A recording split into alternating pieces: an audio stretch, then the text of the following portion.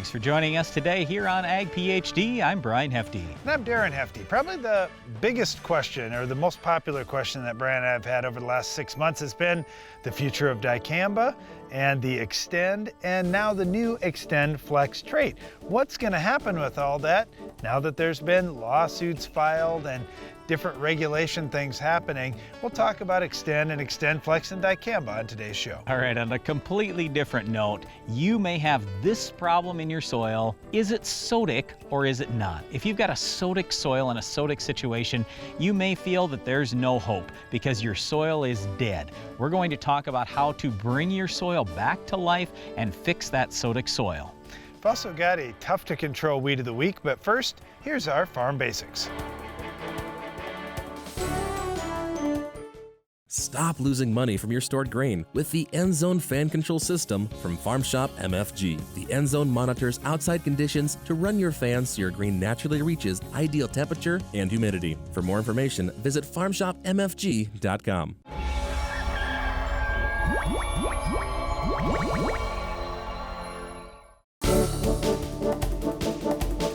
During our Farm Basics time today, we're going to talk just a little bit about plant growth hormones. Now, you may have heard about human growth hormones and how you're often told to steer clear from human growth hormones or anything in that realm. Okay, that all sounds bad.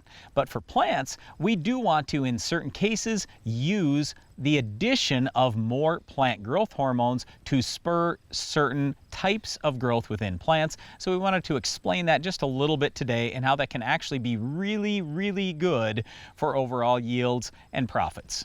There are three main hormones we're going to talk about today. The first one I'll mention is gibberellic acid.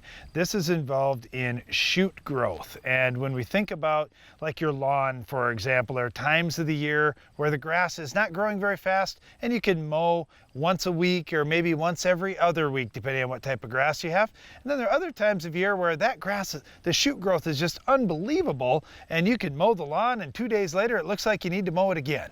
Well, guess what's happening? During that time, your root system is naturally producing gibberellic acid in large quantities, and it's creating a lot of shoot growth. So for farmers raising crops, they have a limited time to grow that crop. They can use gibberellic acid to get shoot growth started a little bit sooner. This is a natural hormone, normally produced in your roots, just doesn't move through the plant very well in cool weather. Or get produced very well in cooler weather. And the reason why we're talking about this today is you may have a lawn. And so I realize this is our farm basics time, and usually we don't get super in depth here, but if you want your lawn to grow more, you just need to trick the plant into thinking everything is good. Well, how you trick the plant is you just put on some super cheap gibberellic acid in the spring and in the fall when the weather is cool, like in the 50 to 65 degree range, and now all of a sudden you'll get a lot more growth. Now, if you don't like to mow your lawn, don't do this. But if you want your lawn to look better, this is a good method to use. Two main uses of gibberellic acid for farmers are using it where they have pasture grass. They want to get cattle out there earlier in the spring or allow cattle to graze longer into the fall. Gibberellic acid at each time, applied twice during the year, could be a really nice system. The other thing would be silage corn. Farmers like silage corn is going to get chopped and fed to dairy cattle or beef cattle. They like that corn to get tall. They like lots of growth. Gibberellic acid's a good way to get it taller. Okay, then the other two, indobutyric acid, and I have a tough time even saying it. That's why we usually shorten it up and call it IBA. And IBA, what that's basically doing is it has more to do with the root system. So if you want more roots, then you put on this IBA and use that as a supplement. Now that could be used as a seed treatment in furrow, it could be sprayed foliar, but that has more impact on the roots. The cytokinin would be a little bit like that. It helps with cell division and it's going to impact the roots and shoots a lot. So cytokinin often gets packaged with IBA in many different products that are being used. So once again, there are three main plant growth hormones that farmers will use today, and certainly people just with a lawn could use gibberellic acid. But it's kind of interesting just how our market has shifted so much. So it used to just be, oh, people are using herbicides, maybe a fungicide, and they're using fertilizer. Well, now people are thinking about, hey, is there a way to use a plant growth hormone? It's just a natural product, doesn't hurt anybody, anything else. And we want to use these products to spur growth. They're very inexpensive and they're very commonly used now all around the world. Well, getting our crops to grow better can also help us hold down our Weed of the Week. Can you identify this week's weed?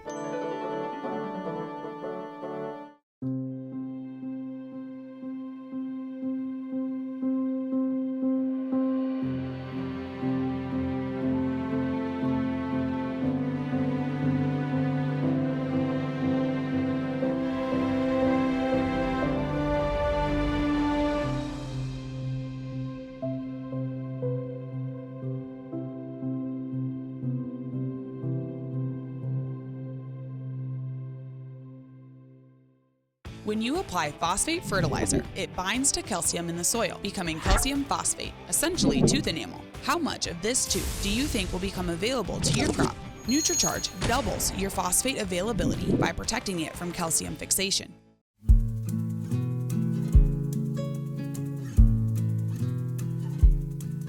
Find love, and then give it all away.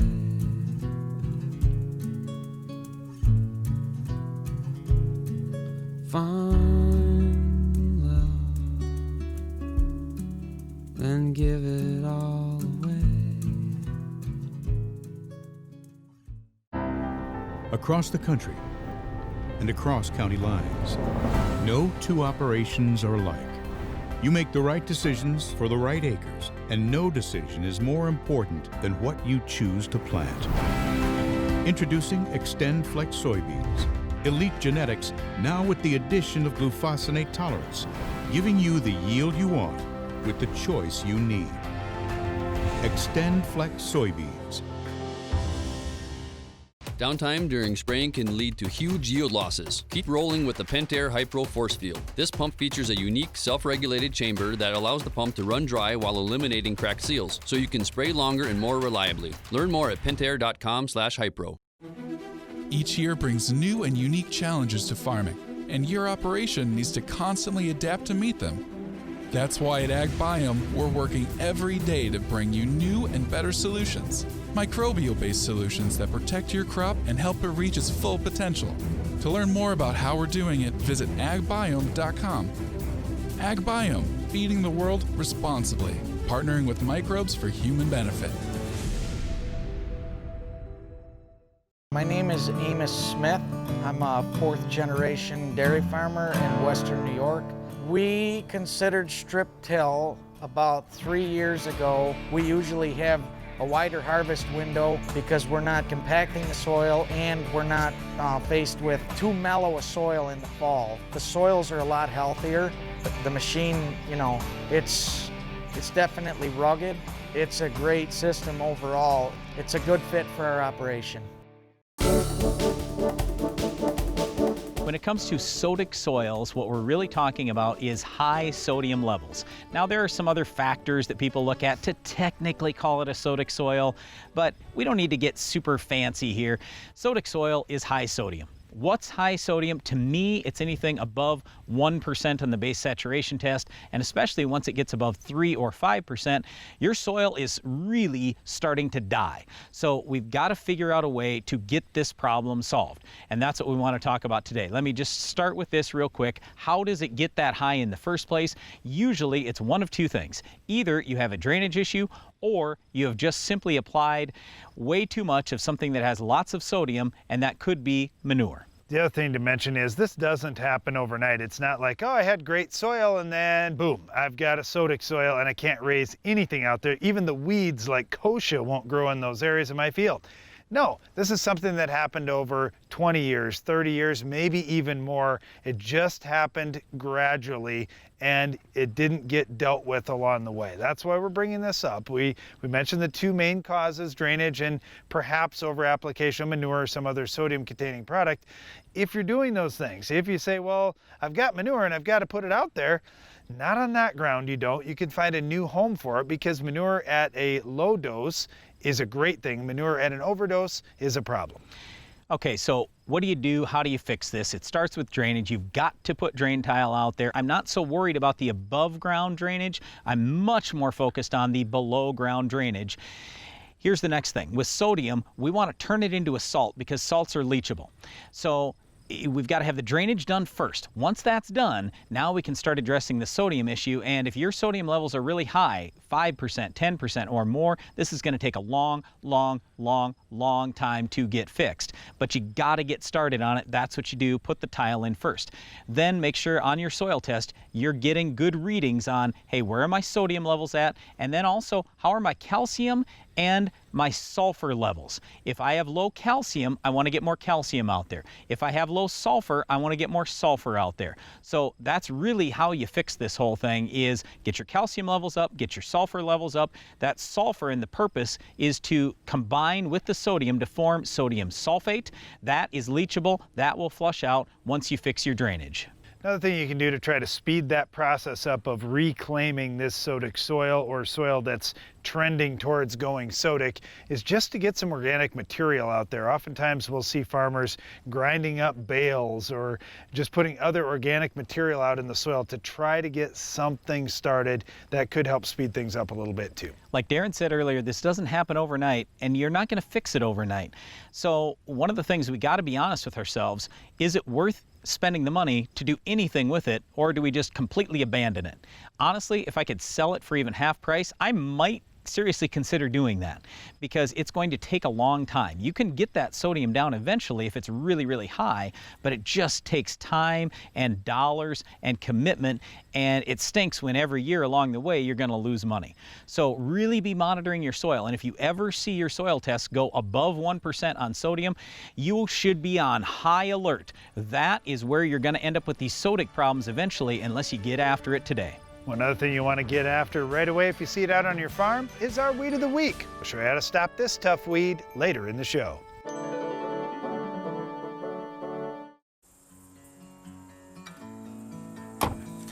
Wherever you are, whatever you're doing, whenever you want, in your life and on your farm, Case IH AFS Connect gives you more control. Monitor your operation, manage your fleet and your farm data your way. Case IH, rethink productivity. Who says harvest should be the only rewarding part of a season? Sure, ending a successful year of planning and planting is a very gratifying moment. But with the Bayer Plus Rewards program on your side, it doesn't have to be the only one. By helping you earn and redeem cash back on seed, herbicides, and other eligible products you use throughout the entire season, you can reap the benefits all year round. So contact your retailer to learn how to get more from your crops and put more in your wallet. Bayer Plus. Rewards are always in season. Success isn't just about maintaining your operation, how you make out for the season, or how much you can get from each acre. It's about doing precisely what needs to be done to feed your crop and grow your legacy, all the way down to the last drop. AgroLiquid Precision Crop Nutrition. Apply less, expect more. Find a retailer at agroliquid.com. Call it a day. One more post. One more bucket. There's always one more to be done. One more field. To be earned. To be found. For us, it always has been. And always will be. One more bushel.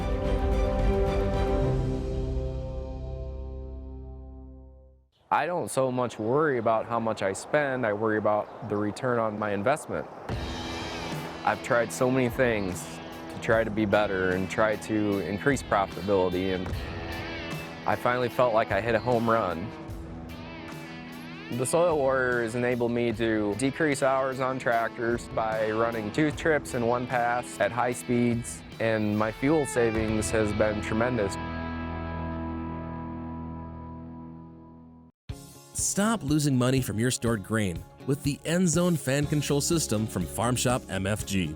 Hot spots and moisture in your bin can cost you thousands in lost revenue. The End-Zone monitors outside conditions to run your fans exactly when you want them to, naturally bringing your grain to ideal temperature and humidity. Master bin management with the End-Zone. For more information, visit farmshopmfg.com.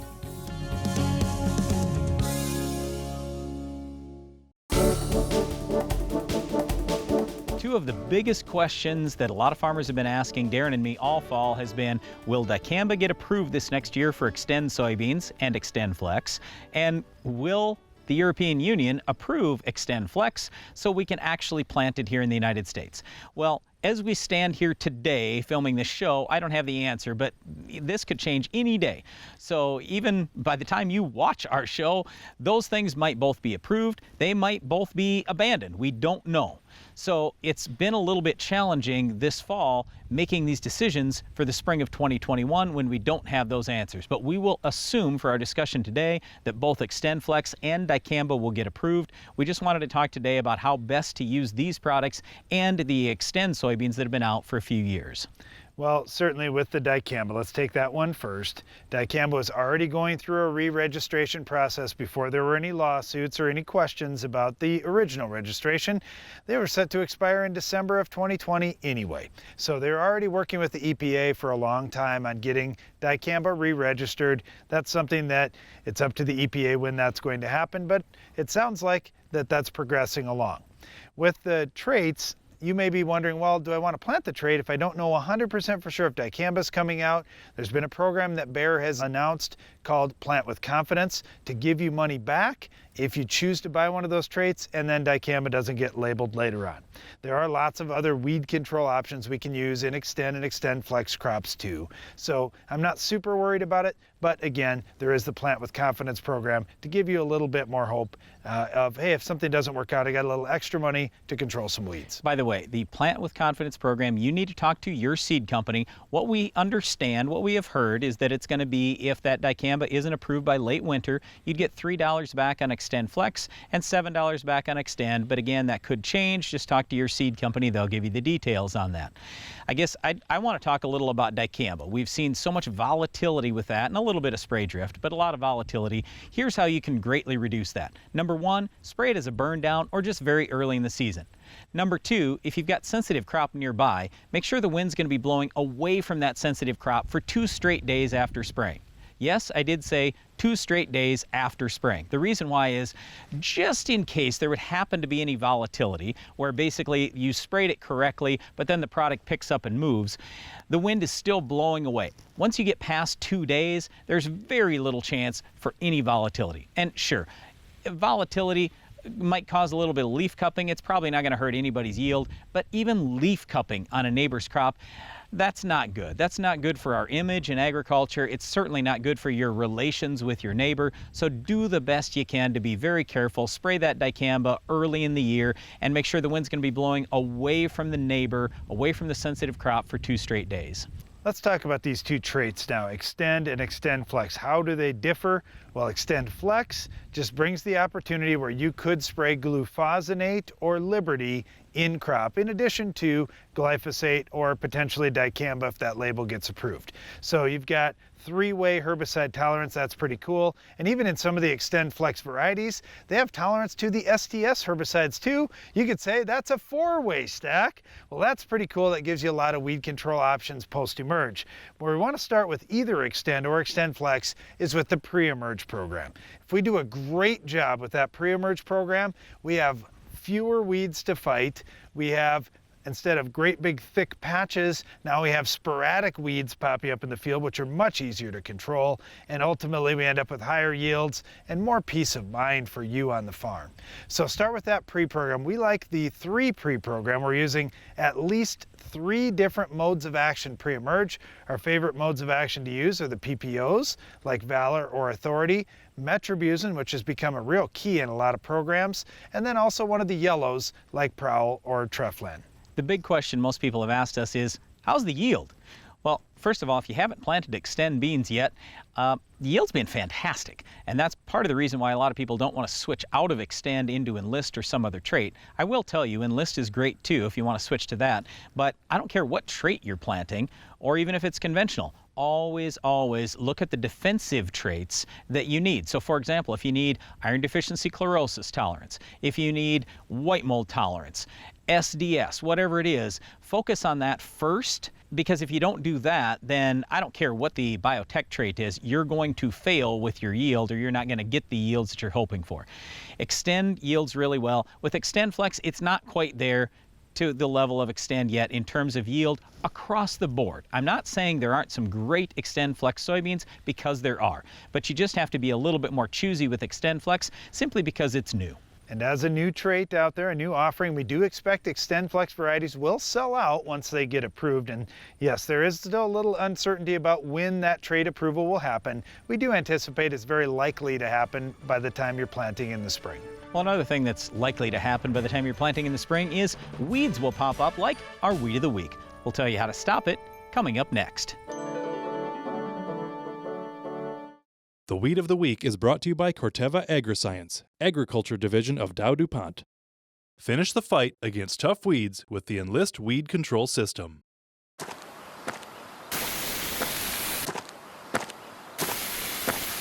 Weeds are tough, but we're tougher. With unrivaled weed control, reduced drift, and near zero volatility. So, who's tough now?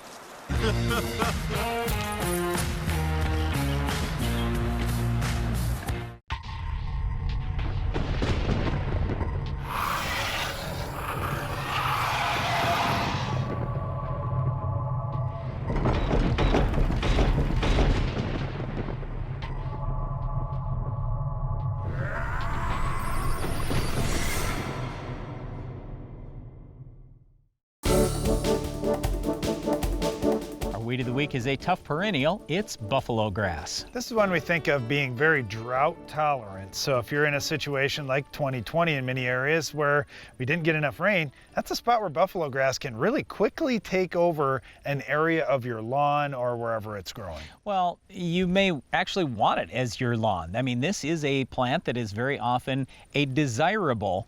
So you like it simply because it is a warm season grass. It's going to grow even when there isn't a lot of rainfall. But yeah, out in fields, that can cause a real problem, especially if your canopy, your crop canopy, opens up a little bit later in the season. All right, as a perennial, the best way to get it under control is using Roundup, because that gets down into the root system. Now that's nice out in crop ground. Use Roundup as a burn down option. Use Roundup after harvest if you can. That would be a great way to kill Buffalograss. But in a lawn, that's a little trickier, because if you use Roundup, you're going to kill everything out in that lawn. But there really isn't anything else we can tell you in the lawn that's going to suppress this greatly. So, I mean, a lot of people have tried things like, let's say it is mesotrione, let's say it's pendimethalin, that'd be like Prowl that we use, or the mesotrione would be Callisto. So, I mean, it might ding the grass a little bit, but that's not going to stop it. So most people will just go kill the entire lawn with Roundup and then start over. Out in crop ground, there are many grass killers out there. Let's say it's clethodim, for example, or fusilade, or secure in soybeans. You can suppress this with a lot of things, but to actually kill it, that's where we talk so much about Roundup. So yes, Liberty might help. The grass killers that you could use in corn or soybeans or wheat might help, but there's nothing that's truly going to stop this weed, most likely, other than Roundup. The other thing I'd say is don't overgraze your pasture, otherwise it could get a foothold there. And also use fertility. If you're going to mow it higher. Those kinds of things help your lawn or your pasture naturally choke out the weeds. Well, that's it for our Weed of the Week, but stay tuned. Iron Talk is coming up next.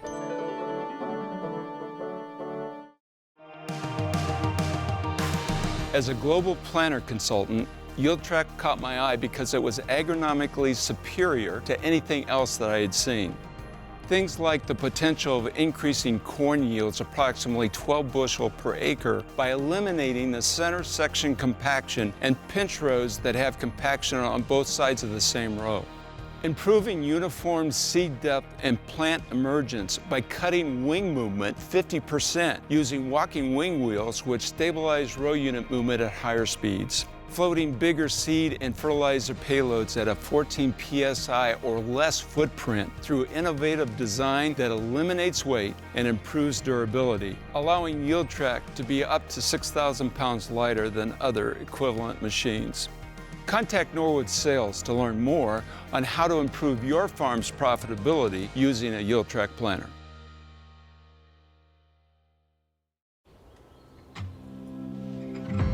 What I look for in a seed isn't just in the seed. It's people I trust who get me the solves, without the sow.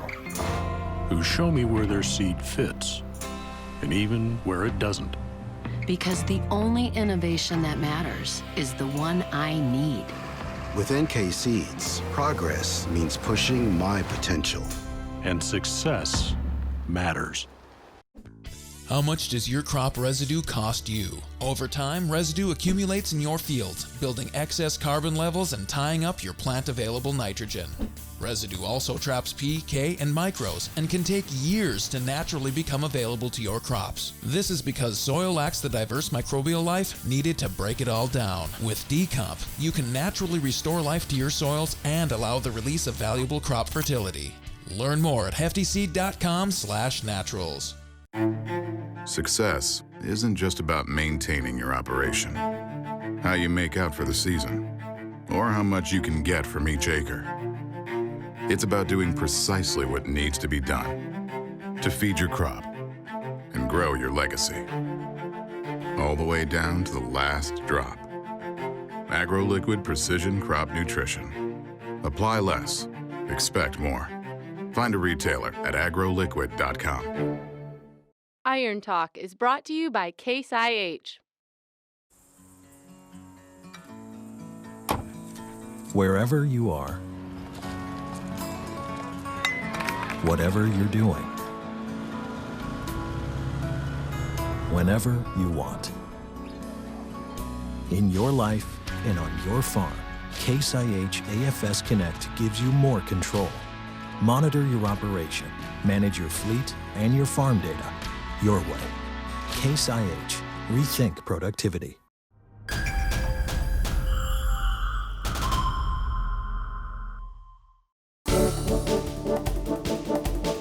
Your farm may be guilty with this too. On our farm, we're always excited to get rolling on harvest and sometimes rushed to get it done.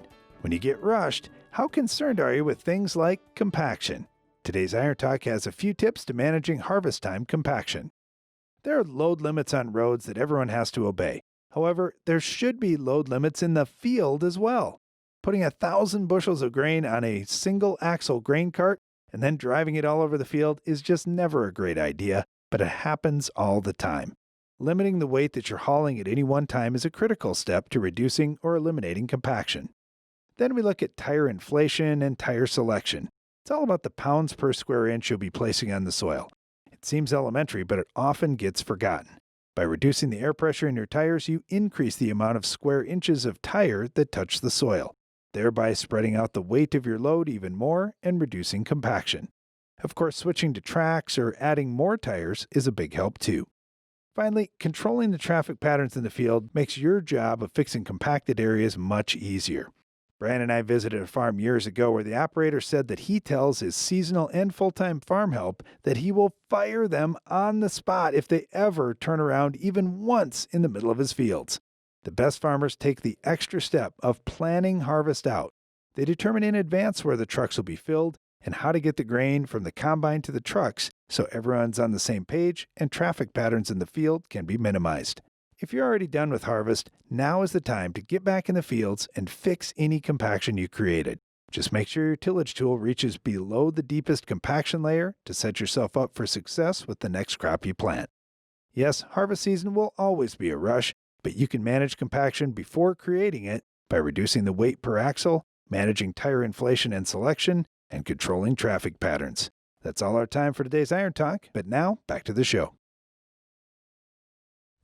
That's all the time we have for today's show, but before we go, we'd invite you to check out the Ag PhD radio show. We're on Sirius XM channel 147 at 2 p.m. Central each weekday. And don't miss the next Ag PhD TV show. We'll have another Weed of the Week, Farm Basics, Iron Talk, and a whole lot more.